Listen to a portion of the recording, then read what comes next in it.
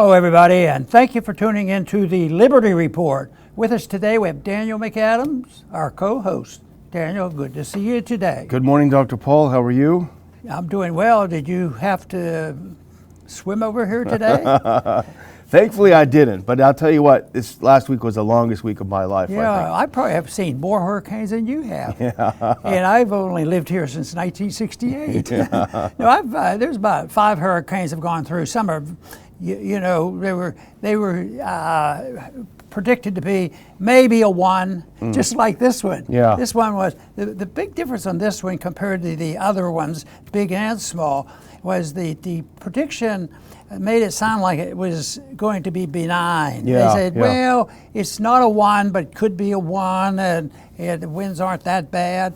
Turned out the winds were worse than they said. There was a lot of rain. It paused at the wrong time. It paused over Lake Jackson. Yeah. And a lot of damage. The first time I saw the results of a hurricane living here was I got up and walked out, and I thought it reminded me of what a city would look like if it was bombed. Yeah. And that's the way it looks around here.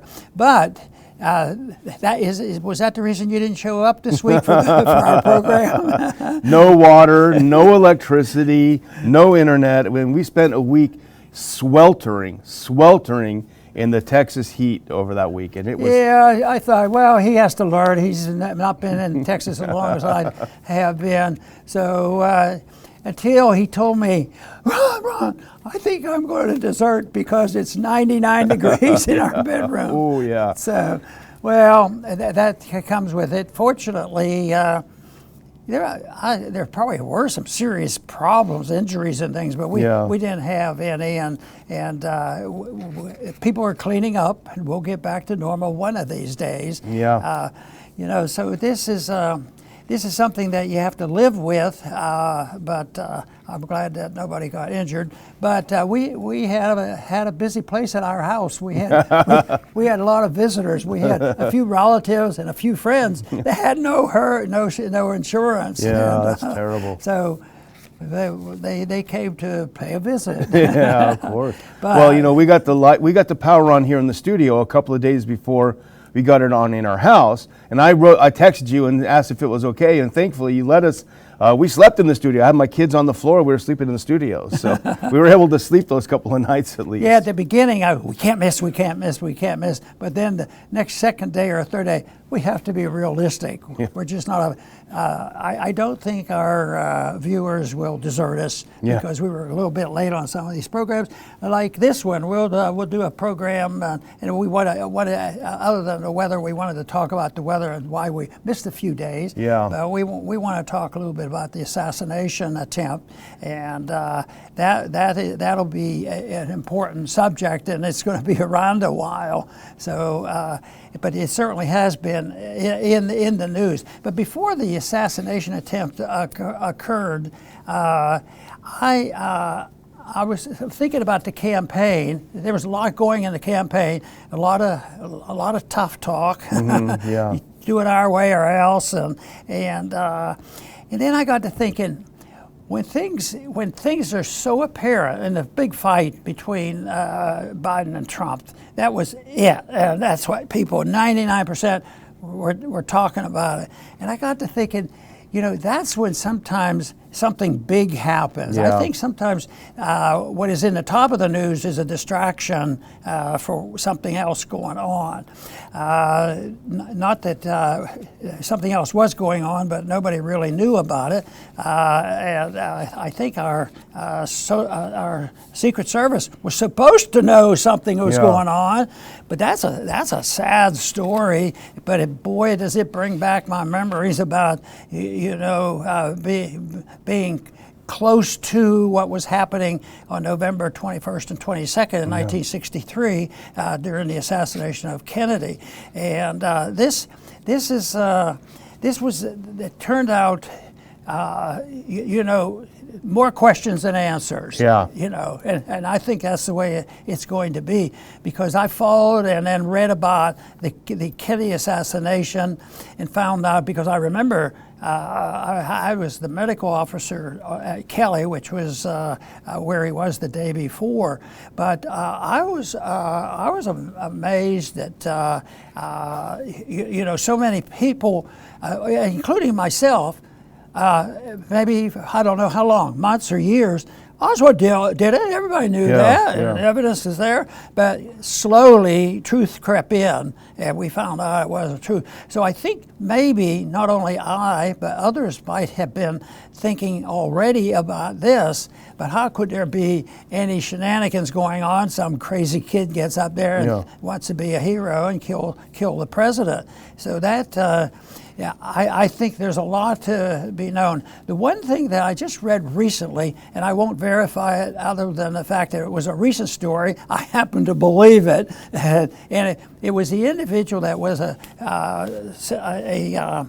Secret Service person that was walking behind the Kennedy car, and he finally revealed, you know, what was going through his mind and what he knew. And he just revealed, he was silent all this time. And he said that the cars that Kennedy was in were instructed to slow up or stop at a particular point. Now, isn't that something? But then what happened, what that made me think about now was what happened here. Three places where Trump could have been targeted and was targeted. 2 places were covered. Some civilian attendees tried to tell the police, well, they're way in the middle. Why aren't you dealing with this? And they have a recording of this. Yeah. Would that make one, it should make one suspicious of what's going on, because I think that, you know, assassinations occur, but the very big ones usually aren't, you know, just partisan in a sense. Well, we don't like your person. There was a lot of hatred and stuff going on, but I think there's big issues involved, and we may not know for a long, long time. It took a long time for a lot of researchers to sort it out and give us a really pretty good understanding of the tragedy of what happened with JFK. Yeah, I think that's a good point that you make, because for so many years people believed the mainstream narrative, and now it almost seems the default is they're lying. You know, so you could call that progress in a way. The default is they're lying about this. We're supposed to believe that some 20-year-old, without any military training, the 20-year-old loner somehow outsmarts the entire Secret Service, the entire FBI, and managed to come within an inch of killing former President Donald Trump. So people are, I think, immediately saying something is fishy about the narrative, something's fishy about the story. And you write about this this week in your column about how Eric Prince, who I think once came to visit you in your office, very interesting guy, but he has a good he had a good tweet out where he said, this is either mass incompetence or malice, because he said, I've been in this business a long time, I know how you do these things, and there is a lot of very fishy stuff about this. Yes, and in trying to figure it out, it isn't as simple as saying it's a Republican-Democratic contest. It looks like it on the surface. I mean, you know, they misconstrue, I think, a lot of what Trump says. And at the same time, there's been some pretty explicit things said on the other side about how they should target Trump. So I don't think the big ones, like the Kennedy thing, the first accusation after Kennedy was murdered was, oh, it's those right-wingers, the Dallas right-wingers. They were in Dallas, the right-wingers, they did that. And it turned out that it had nothing to do with it. It was a conspiracy of government agents. So, and the parties are party to these kind of things. But and there certainly was enough reason where people really, matter of fact, the little bit we've heard by the kid that did the attempt, He was, not. He was not a party person, even though he participated. But I think you can still have hatred design and make it look like it's the parties doing that. But I do think there are other things going on, because it took a long time for people to really believe about Alan Dulles and how he was involved and how the hatred existed and Cuba thing going on. So I think right now there's a lot of people still wondering about how this happened, because it took a lot of planning to do the Kennedy assassination. They must have been slicker, because I think a lot of people had to be involved. Right now we have one kid, 20 years old, and some people said there's could be 7 shots. Yeah. And there were several, because of people were killed. But and the big thing is, if that place was reserved, for him, that is utterly devastating.